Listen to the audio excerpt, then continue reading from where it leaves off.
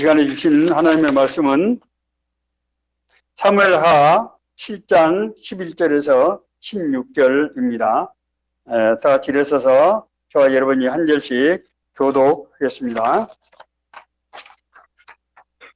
여호와가 또 내게 이르노니 여호와가 널 위하여 집을 짓고 내 수완이 사서 내 수완들과 함께 누울 때 내가 내 몸에서 날 예수를 그 뒤에 세워 그의 나라를 경고하게 하리라. 그는 내 이름을 위하여 집을 건축할 것이요 나는 그의 나라 왕위를 영원히 경고하게 하리라.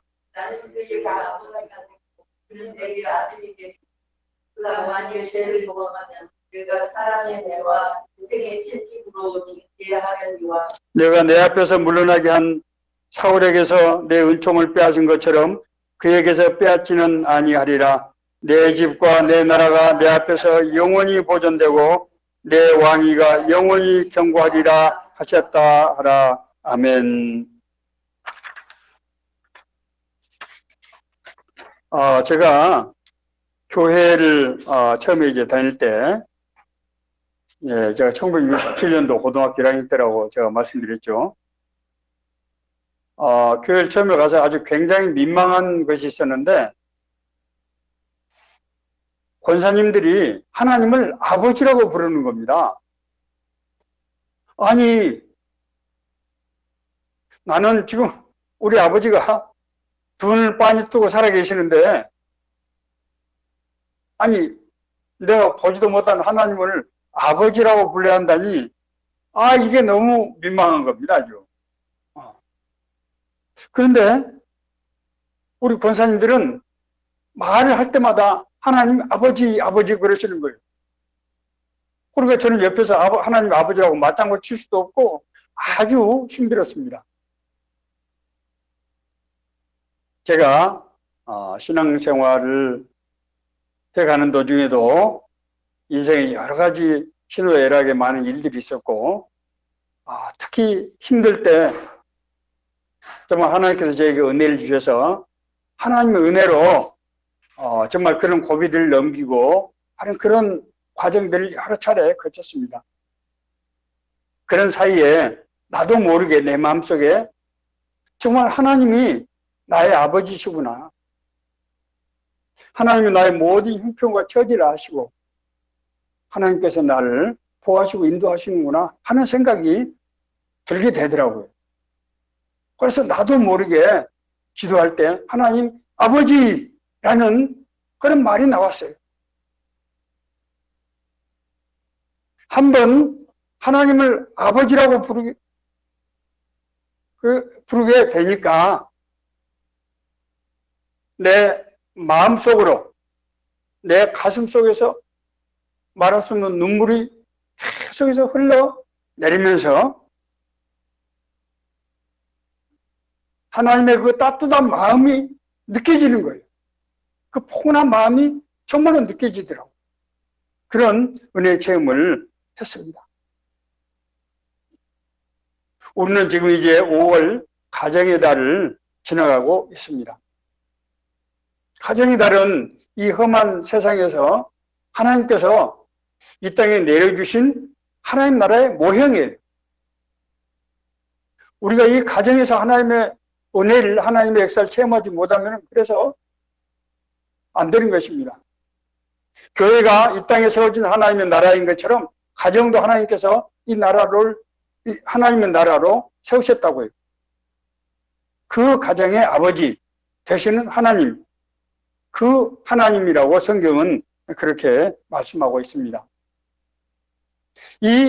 우리 하나님이 아버지가 되시고 우리가 하나님의 자녀가 된다고 하는 것에 신앙의 본질이 들어있습니다. 오늘 이 말씀을 통해서 신앙이란 무엇인가? 우리가 하나님과의 어떤 관계가 되는 것이 신앙적인 삶인가 하는 문제를 우리가 생각해 보려고 하는 것입니다. 성경에는 신앙과 관련해서 세 종류의 사람을 소개하고 있습니다. 고린도전서 2장 14절에서 3장 3절에서 바울 사도는 신앙적 관점에서 인간을 세 종류로 분류하고 있는 것입니다. 자, 첫 번째는 하나님을 알지 못하는 사람입니다. 그걸 육에 속한 사람이다. 성경은 그렇게 표현하고 있습니다. 육에 속한 사람은 하나님의 성령의 일들을 받지 아니하나니 이는 그것들이 그에게는 어리석게 보이며 또 그것들을 알 수도 없나니 그러한 일은 영적으로 분별되기 때문이라. 뭐라고요? 하나님의 일은 하나님은 영적인 존재이시고 하나님의 일은 영적인 일이기 때문에 영안이 열리지 않은 사람, 육신의 눈으로는 하나님을 볼 수도 없고 그 하나님을 이해할 수가 없다고 하는 것입니다. 그렇기 때문에 하나님을 알지 못하는 사람 입장에서 볼 때 예수 믿고 교회 다니는 사람들은 좀 이상한 사람들이죠. 뭐. 아니 모처럼 휴일날 저렇게 하루 종일 저희 가서 저렇게 보내나. 응? 어떻게 그 지루한 그 목사들의 설교를 앉아서 1시간 이상씩 듣고 그것도 하루 이틀이 아니고 그렇게 한다. 저 사람들은 무슨 재미로 사나. 그렇게 생각하지 않겠습니까? 사실이잖아요. 자, 두 번째는 신령한 자, 성령의 은혜 가운데서 살아가는 사람을 말합니다. 신령한 자는 모든 것을 판단하나 자기는 아무에게도 판단을 받지 아니하느니라.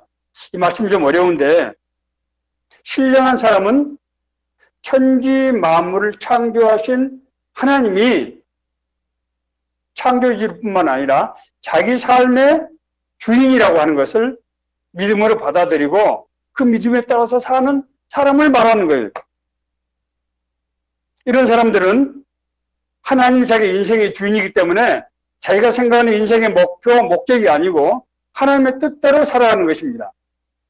하나님의 뜻대로 살아가기 때문에 하나님께서 그 뜻을 이루게 하기 위해서 하나님께서 권세를 주시고 능력을 주셔서 하나님 주시는 그 힘에 의해서 살아가는, 이끌림을 받아 살아가는 그런 사람들이에요. 그래서 신령한 사람들, 하나님의 성령에 이끌림 받는 사람들은 성령께서 자신의 삶을 인도하시고 주관하시는 것입니다. 젊은 시절에 저하고 같이 교회에서 신앙생활을 하시던 분이 계셨어요. 이분이 직장을 그만두시고 이제 미국으로 건너가서 신학 공부를 하시고 평신도로서 선교 활동을 하시더라고요. 그런데 이분을 몇 년 만에 만났는데 말끝마다 옛날에는 안 그랬거든요. 하나님이 나를 어떻게 했다. 하나님이 이렇게 했다. 말끝마다 계속 그러시는 거예요. 저는 물론 저도 교회 열심히 다니고 저도 나름대로 신앙생활을 한다고 생각했습니다만은 이분이 말끝마다 하나님이 하니까 그걸 들으니까 진짜로 하나님께서 저분을 저렇게 하시는구나. 그런 저와는 어떤 다른 경지에 신앙생활을 하시는 것 같은 그런 느낌을 받았고 사실 굉장히 부러웠어요. 세 번째는 육신에 속한 그런 사람, 그리스도인입니다. 신앙생활을 하지만 교회는 다니지만은 세상적인 삶에서 벗어나지 못한 그런 사람이에요. 형제들아, 내가 신령한 자들을 대함과 같이 너희에게 말할 수 없어서 육신에 속한 자 곧 그리스도 안에서 어린아이들을 대함과 같이 하노라. 내가 너희를 저주로 먹이고 밥으로 아니하였노니 이는 너희가 감당하지 못하였음이거니와 지금도 못하리라. 너희는 아직도 육신에 속한 자로다. 너희 가운데서 시기와 분쟁이 있으니 어찌 육신에 속하여 사람을 따라 행함이 아니리요. 육신에 속한 사람들도 하나님의 뜻을 분별하고 나름대로 하나님의 일을 합니다. 그러나 사실은 그 뜻은 하나님의 뜻이 아니고 자기가 하는 것도 하나님이 주시는 힘과 능력으로 하는 것이 아니기 때문에 서로 생각과 살아온 인생이 다른 사람들이 모여서 같이 일한다고 하는 게 쉬운 일이 아니지 않습니까? 그래서 자꾸 시기가 되고 분쟁이 되고 마찰이 되고 갈등이 생기는 거예요. 육신에 속한 사람들이 신앙생활 할 때 그런 현상들이 반드시 나타납니다. 그래서 교회를 다니는 것이 쉽지 않아요. 육신에 속한 사람들은 하늘은 스스로 돕는 자를 돕는다. 그래서 내가 내 나름대로 인생에 설계를 하고 내가 여러 가지 방법과 인맥을 동원하고 물질을 동원해서 그 내 인생의 목표를 이루기 위해서 살아가는 과정에서 하나님께서 나를 이것을 도와주십시오.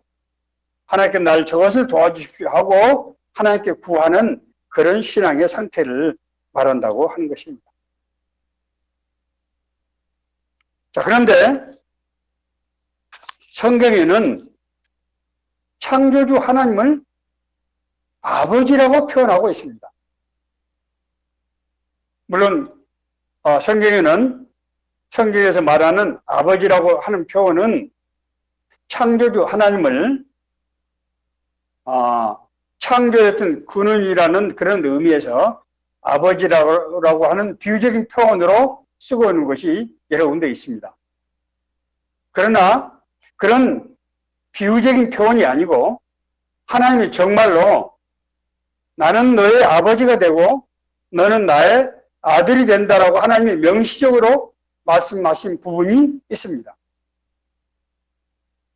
그것이 맨 처음에 나타난 것이 우리가 신학적으로 다윗의 신탁이라고 하는, 하나님께서 다윗을 이스라엘 왕으로 세우시고 다윗의 가기를 통해서 하나님께서 이스라엘 나라를 통치하겠다, 내 왕위가 영원하게 될 것이다 라고 하는 그 언약의 말씀을 주실 때 맨 먼저 하나님께서 나는 너의 아버지가 되고 너희는 나의 아들이 된다, 이렇게 말씀하십니다. 여러분, 다윗이 어떤 사람입니까? 다윗은 목동이었지만은 하나님께서 그를 택하셔서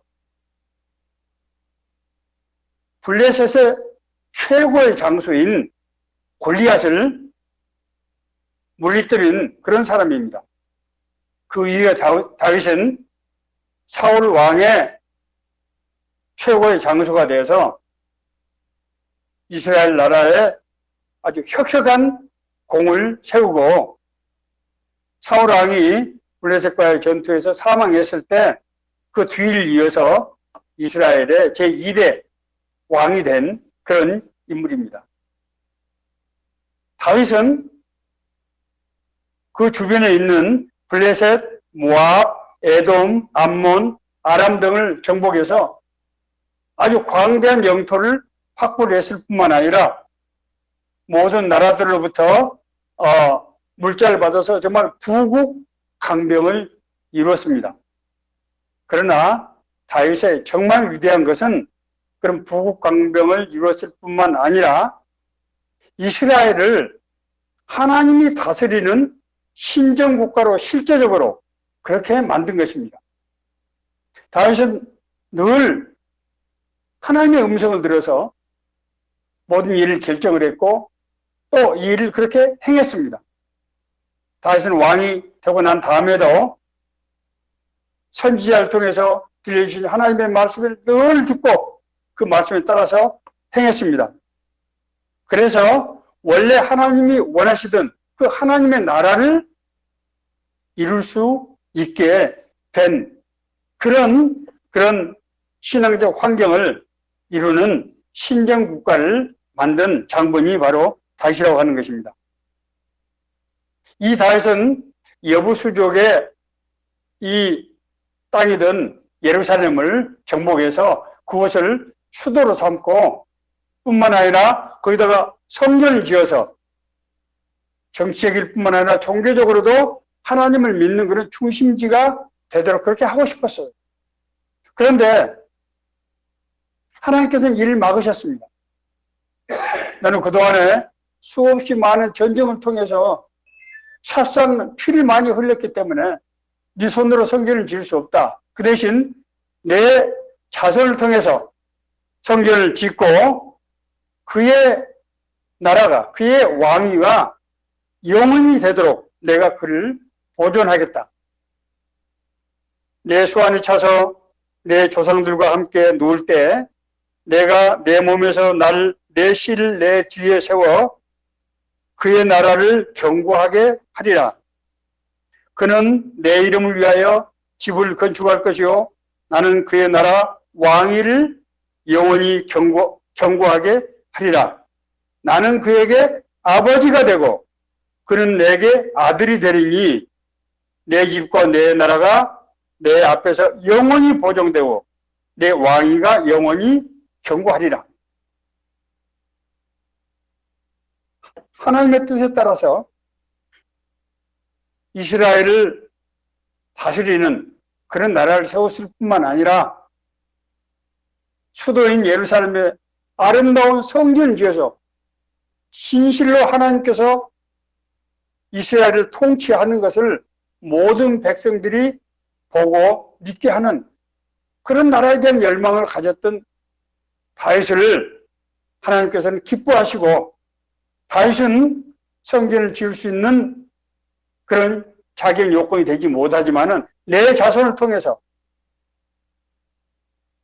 나의 왕이 하나님께서 다스리시는 그런 나라가 영원히 이루어지게 할 것이다. 심지어 내 자손들이 잘못하더라도 내가 왕위를 뺏지 않겠다. 나는 내 자손들의 아버지가 되고 그들은 내 아들이 될 것이다. 하나님께서 직접적으로 말씀하신 것입니다. 이 다윗의 신탁, 다윗에게 아버지가 되고 아들이 된다고 하신 이 약속은 예수 그리스도에 와서 계승되고 이루어지게 됩니다. 예수님께서는 항상 하나님을 아버지라고 불렀습니다. 예수께서 그들에게 이르시되 내 아버지께서 이제까지 일하시니 나도 일한다 하시매 유대인들이 이로 말미암아 더욱 예수를 죽이고자 하니 이는 안식일을 범할 뿐 아니라 하나님을 자기의 친아버지라 하여 자기를 하나님과 동등으로 삼으심이라. 유대인들은 하나님을 선택한 민족 아닙니까? 하나님이 다스리는 민족들이죠. 그런데도 예수님이 하나님을 아버지라고 하니까 그것을 견딜 수 없었던, 아니 어떻게 하나님이 사람의 아버지가 될 수 있냐? 아니 네가 어떻게, 네가 지금 하나님의 아들이란 말이냐? 그래서 참남하다는 말은 신성모독이다 그런 얘기입니다. 그래서 예수님을 이단자라고 그렇게 지명한 것입니다. 이러한 예수님께서는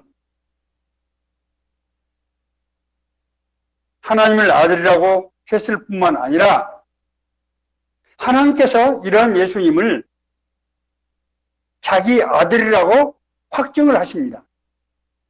마태복음 17장 4절 5절 베드로가 예수께 여쭈어 이르되 주여 우리가 여기 있는 것이 좋사오니 만일 주께서 원하시면 내가 여기서 초막셋을 짓되 하나는 주님을 위하여 하나는 모세를 위하여 하나는 엘리야를 위하여 하리이다. 말할 때 호련히 빛난 구름이 그들을 덮으며 구름 속에서 소리가 나서 이르시되 이는 내 사랑하는 아들이요 내 기뻐하는 자이니 너희는 그의 말을 들을지니라 하시니라. 하나님께서 예수님을 내가 이 사람의 아버지다, 이 사람은 나의 아들이다 라고 그렇게 명시적으로 말씀하신 것입니다. 뿐만 아니라 사람들은 예수님을 부를 때 다윗의 자손 예수여 나를 불쌍히 여기소서, 다윗의 자손 예수여 나를 구원하소서 이렇게 말합니다. 자, 이는 무엇입니까? 뿐만 아니라 마태복음의 저자인 사도 마태, 세리 마태는 마태복음을 시작하는 제1장 1절에서 아브라함과 다윗의 자손 예수의 계보라 라고 얘기하면서 아브라함부터 예수님까지 총 42명의 계보를 통해서 하나님의 나라가 이루어지는 것을 밝히고 있습니다. 이것은 뭘 의미합니까? 하나님께서 다윗을 통해서 하나님의 나라를 이루었던 그 하나님의 나라가 예수님을 통해서 완성된다고 하는 것을 우리에게 말씀하고 있는 것입니다. 자, 그렇다면은 하나님이 우리 아버지라고 하면은 하나님의 자녀된 우리는 어떤 존재가 되는 것입니까? 우리가 하나님을 창조주 하나님을 믿는 것과 하나님을 아버지라고 믿는 것에는 어떤 차이가 있는 것인가 하는 것입니다. 자신이 우리 아버지가 되시고 우리가 그의 자녀, 아들이 된다고 하신 하나님께서 그 자녀된 우리를 어떻게 인도하시는가 하는 것을 보면은 우리가 하나님을 아버지라고 부르는 의미를 알 수가 있게 될 것입니다. 첫째는 우리를 보호하시고 인도하시는 하나님. 하나님은 자기를 아버지라고 부르는 사람을 보호하시고 실제로 인도하신다고 하는 것입니다.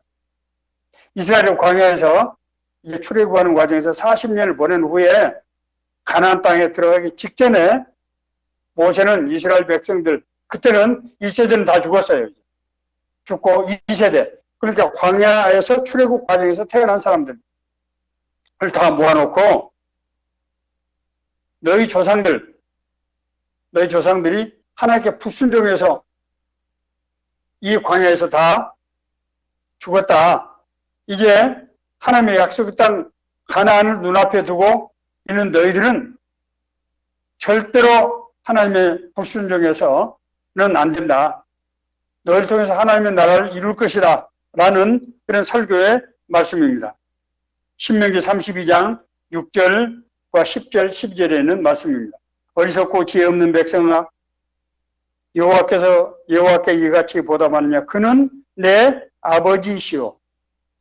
너를 지으신 이가 아니시냐. 그가 너를 만드시고 너를 세우셨도다. 옛날을 기억하라. 역대 연대를 기억하라. 조상들에게 나타나신 하나님을 기억하라는 거예요. 여호와께서 그를 황무지에서 짐승이 부르짖는 광야에서 만나시고 호위하시며 보호하시며 자기 눈동자 같이 지키셨도다. 여호와께서 그가 땅의 높은 곳을 타고 다니게 하시며 밭에 소산을 먹게 하시며 반석에서 꿀을, 굳은 반석에서 기름을 빨게 하시며 소의 엉긴 젖과 양의 젖과 어린 양의 기름과 바산에서 난 수양과 염소와 지극히 아름다운 밀을 먹이시며 또 포도즙에 붉은 술을 마시게 하셨도다. 하나님께서 광야 40년 동안 낮에는 더위를 피할 수 있도록 구름 기둥을, 밤에는 추위를 피할 수 있도록 불 기둥을 비추시고, 하나님께서 반석에서 샘물이 나게 하시고 만나와 매출하기로 40년 동안 먹이신 그 하나님을 기억하라는 거예요. 아버지가 되시는 하나님은 우리가 이 거칠고 험한 세상을 살아갈 때 원래 에덴 동산에서 하나님의 공고시만 모든 것으로 살게 됐던 인간이 하나님께 불순종함으로써 하나님 에덴 동산에서 추방돼서 밭에 땅에 소산을 먹으려고 해도 땅이 가시나무를 내고 엉겅퀴를 내서 그 소산을 제대로 먹지 못하도록 방해하고 땀을 흘려야 죽을 때까지 먹고 살 수밖에 없는 그런 운명의 인간에게 자녀 되신 하나님께서 하나님이 우리를 먹이시고 입히시고 실제로 인도하신다고 하는 것입니다. 여러분, 신앙생활 하시면서 하나님께서 나를 먹이셨다. 하나님께서 나를 입히셨다. 하나님께서 내 삶을 인도하셨다. 이런 고백이 없는 분이 혹시 있습니까? 나는 한 번도 그런 적이 없다. 나는 그런 은혜를 받은 적이 없다. 그런 분이 있습니까? 다시 한번 잘 생각해 보시기 바랍니다. 만약에 하나님 인도하심을 한 번도 받지 못했다. 나는 내가 그냥 하나님의 말씀을 읽고 깨달아서 내가 그렇게 살려고 노력해왔다. 이렇게 생각하시는 분은 신앙을 다시 한번 되돌아봐야 됩니다. 두 번째로, 하나님은 우리를 양자 삼으셨다. 진짜로 자기의 아들로 삼으셨다는 거예요. 갈라디아서 4장 4절에서 7절에 있는 말씀입니다. 내가 참에 하나님이 그 아들을 보내사, 그 아들 예수님이죠. 여자에게서 나게 하시고 율법 아래에 나게 하신 것은 인간으로 오게 하셨다는 거죠. 율법 아래에 있는 자들을 속량하시고 우리 죄를 용서하시고 우리로 아들의 명분을 얻게 하려 하십니다. 하나님께서 우리를 예수님을 통해서 구원하신 것은 우리를 하나님의 아들로 회복시키기 위한 것이라는 거예요. 너희가 아들임으로 하나님이 그 아들의 영을 우리 마음 가운데 보내사 아빠, 아버지라고 부르게 하셨느니라. 그러므로 내가 이후로는 종이 아니요 아들이니 아들이면 하나님으로 말미암아 유업을 받을 자니라. 우리가 하나님을 아버지라고 부를 수 있게 된 것은 예수 그리스도를 통해서 우리가 죄의 용서를 받았는데 그것은 예수의 아버지이신 하나님의 영이 우리 심령 속에서 회복이 돼서 그래서 예수의 아버지이신 하나님이 우리 심령 속에서 회복이 돼서 우리가 하나님의 자녀가 되고 아들이 되고 그래서 하나님을 아버지라고 부를 수 있게 됐다고 하는 것이에요. 우리가 하나님을 아버지라고 부르는 것은 훈련이 돼서 학습이 돼서 그러는 것이 아니라는 거예요. 어린 아이들, 영아들은 태어난 지 며칠만 되면은 본능적으로 자기 엄마를 알아보고 가서 젖을 먹습니다. 그 아이가 어떻게 알까요? 그 아이의 안에 자기 어머니의 DNA가 있기 때문에 본능적으로 자기 엄마를 알아보는 것입니다. 남극의 눈물이라는 KBS TV 아주 유명 프로그램이 있어요. 남극해 황제 펭귄 120만 마리가 사는데 그 황제 펭귄 새끼들이 내 눈으로 볼 때는 그 120마리가 일제이제 일정한 시기가 되면은 이제 새끼를 낳게 되는 겁니다. 여러분 생각해 보세요. 120만 마리가 새끼를 낳는다고 할 때 그 거대한 무리 중에 새끼들이 나오는데 우리가 볼 때는 100% 똑같은데 그 새끼들이 자기 어미를 찾아가고 그 어미도 자기 새끼를 찾는데 자기 새끼가 아닌 것은 아무리 비슷해 보여도 절대로 젖을 먹이지 않습니다. 그것이 가능한 것은 왜 그럴까요? 그 새끼들 속에 자기 엄마의 DNA가 있기 때문입니다. 우리가 하나님을 아버지라고 부르는 것은 학습이 된 것이 아니고 우리 안에 하나님의 영이 회복이 되기 때문에 우리가 본능적으로 하나님의 아버지라고 하는 것을 느끼게 된다고 하는 것입니다. 하나님의 영이 우리 안에 있을 때 우리는 하나님의 음성을 들을 수 있게 되고 하나님께서 우리 형편과 처지를 아시는 하나님께서 우리를 인도하시고 우리에게 필요를 채우시고 보호하시고 역사하신다는 거예요. 성경에 나온 하나님의 사람들은 단 한 사람도 예외 없이 아버지이신 하나님의 아들이 되어서 하나님께서 그들의 삶을 주관하시고 인도하시는 그 사람들이라고 하는 것입니다. 세 번째로 하나님의 아들이 되면은 하나님의 상속자가 됩니다. 우리가 하나님의 아들이 되면은 예수님이 하나님의 아들이면서 하나님의 나라를 이루는 상속자가 되듯이 우리도 마찬가지로 예수님과 같은 상속자가 된다고 하는 것입니다. 그래서 성경은 예수님을 맏아들이라고 표현하고 있어요. 우리의 형님이라는 뜻이에요. 예수님께서 하신 것처럼 우리 삶을 통해서 실제적으로 하나님의 나라가 이루어지게 된다고 하는 것입니다. 로마서 8장 16절 17절입니다. 성령이 친히 우리 영과 더불어 우리가 하나님의 자녀인 것을 증언하시나니 자녀이면 또한 상속자 곧 하나님의 상속자요 그리스도와 함께한 상속자니 라고 성경은 얘기하고 있습니다. 하나님이 우리 안에 있다고 하는 것, 우리가 하나님의 상속자라고 하는 것은 하나님께서 우리에게 권세와 능력을 주셔서 우리 삶 가운데서 하나님의 나라가 이루어지게 한다고 하는 것을 뜻하는 거예요. 우리가 상속자가 된다고 하는 것은 우리의 모든 인생을 포기하고 교회 목사가 된다든지 무슨 선교사가 된다든지 하는 것, 그것을 말씀하는 것이 아니에요. 우리 삶 자체가 하나님의 나라가 이루어질 수 있는 그런 삶으로 인도가 될 수 있도록 하나님께서 권세를 주시고 능력을 주신다고 하는 거예요.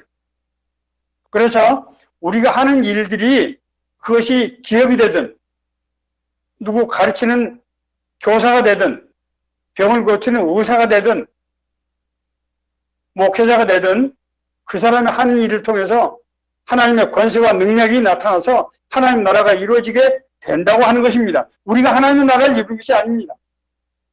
상속자가 된다고 하는 것은 우리 삶을 통해서 하나님의 나라가 이루어지는 거예요. 그래서 하나님은 그 일을 할 수 있도록 우리 삶을 보호하시고 인도하시고 우리와 동행하시는 것입니다. 하나님께서 우리 인간을 자기의 형상으로 창조하셨다고 성경은 기록되어 있어요. 자기의 형상.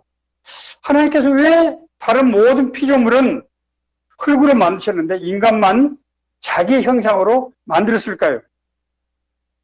그것을 창세기 1장 27절 28절에서 그 목적과 이유를 기록하고 있습니다.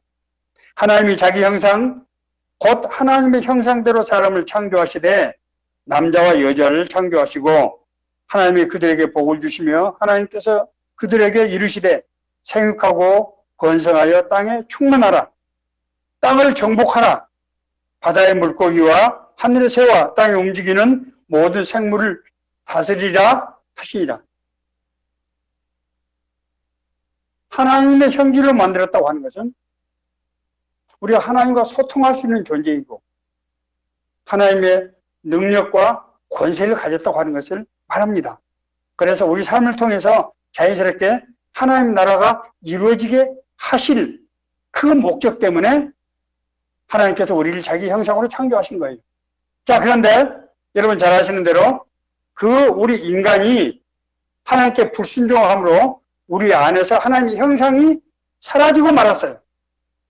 이것을 타락이라고 합니다. 성경은 에덴의 동산에서 추방됐다.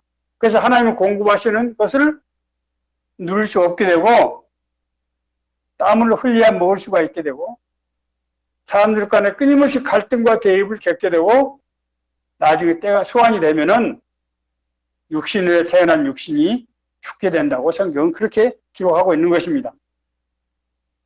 이런 죽을 수밖에 없는 운명에 처한 인간을 구원하기 위해서 하나님께서 첫 번째 하신 것은 아브라함을 선택하신 거예요. 창세기 12장 1절 2절 하나님께서 아브라함에게 말씀하시되 너는 본토 친척 아비의 집을 떠나서 내가 너에게 지시할 땅으로 가라. 내가 너로 큰 민족을 이루고 내 이름을 창대케 하리니 너는 복의 근원이 될지라. 여기서 복의 근원이라는 단어를 잘 이해해야 합니다. 아브라함이 택한 그 족속을 통해서 그 아들들을 통해서 하나님께서 주시는 축복을 다른 사람들이 보고 살아서 역사하시는 하나님을 알게 되고 그래서 하나님 앞에 돌아올 수 있도록 그렇게 이스라엘 민족을 택하셨다는 거예요. 그런데 그것을 실제로 국가 단위에서 이룬 인물이 누군가 하면은 앞서 제가 말씀드린 다윗이라는 거예요. 다윗은 이스라엘의 부국강병을 이루었는데 자기 힘과 방법을 한 것이 아니고 하나님의 음성을 듣고 하나님의 인도하심을 받아서 그렇게 했을 뿐만 아니라 다윗은 믿음의 사람이어서 정말 예루살렘에 하나님의 성전을 짓고 그 성전에서 나오는 하나님의 음성 인도하심을 받아서 나라를 통치할 그런 나라를 꿈꿨던 거예요. 그래서 하나님께서 다윗의 자손을 통해서 내 나라가 영원히 견고하게 살 것이다. 그 나라는 하나님이 다스리시는 나라를 말하는 것이죠. 그 하나님의 나라가 누굴 통해서 완성이 됐다고요? 예수 그리스도를 통해서 다윗의 자손 예수 그리스도를 통해서 완성이 됐다고 하는 것입니다. 그리고 그 예수 그리스도를 통해서 2000년 후에 지구의 동쪽 한반도에 태어난 우리 애가 눈에 듣도 보지도 못한 하나님의 부르심을 받게 되고 택하심을 받게 되고 하나님의 아들이 되어서 하나님의 보호하심과 인도하심 가운데서 살면서 하나님 나라에 대한 소망을 가지고 살게 됐다고 하는 것입니다.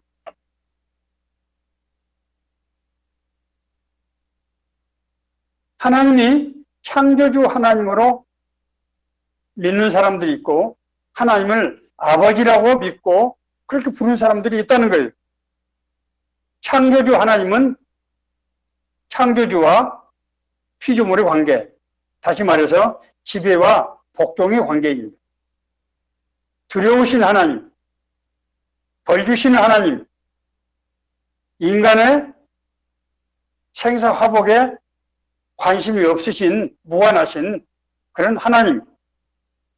그러나 아버지가 되신 하나님은 우리의 진짜 아버지가 되신 하나님, 우리가 누군지를 아시고 우리의 모든 형편과 처지를 아시고 우리가 동행하시며 인도하신 하나님입니다. 제가 우리 누님의 간증을 하고 이 설교를 마치려고 합니다. 제 누님이 제 시골에 살다가 결혼을 하셔가지고 처음에 우리 시골 고향에서 사셨어요. 그런데 아마 우리 누님의 남편이 우리 매형 입장에서 장인 밑에서 사는 것이 아마 쉽지 않았을 거예요. 우리 옛말에 화장실하고 처가는 멀수록 좋다는 그런 말도 있지 않습니까? 어쨌든 처음에 우리 이제 고향에서 아버지 사업을 도우시면서 사셨는데 얼마 살다가 목포로 이사를 가시더라고요. 근데 목포에서 아마 사시는 것이 별로 여의치 않았던 것 같아요. 그래서 우리 매형의 남편의 친척들이 있는 부산으로 이사를 가시게 됐어요.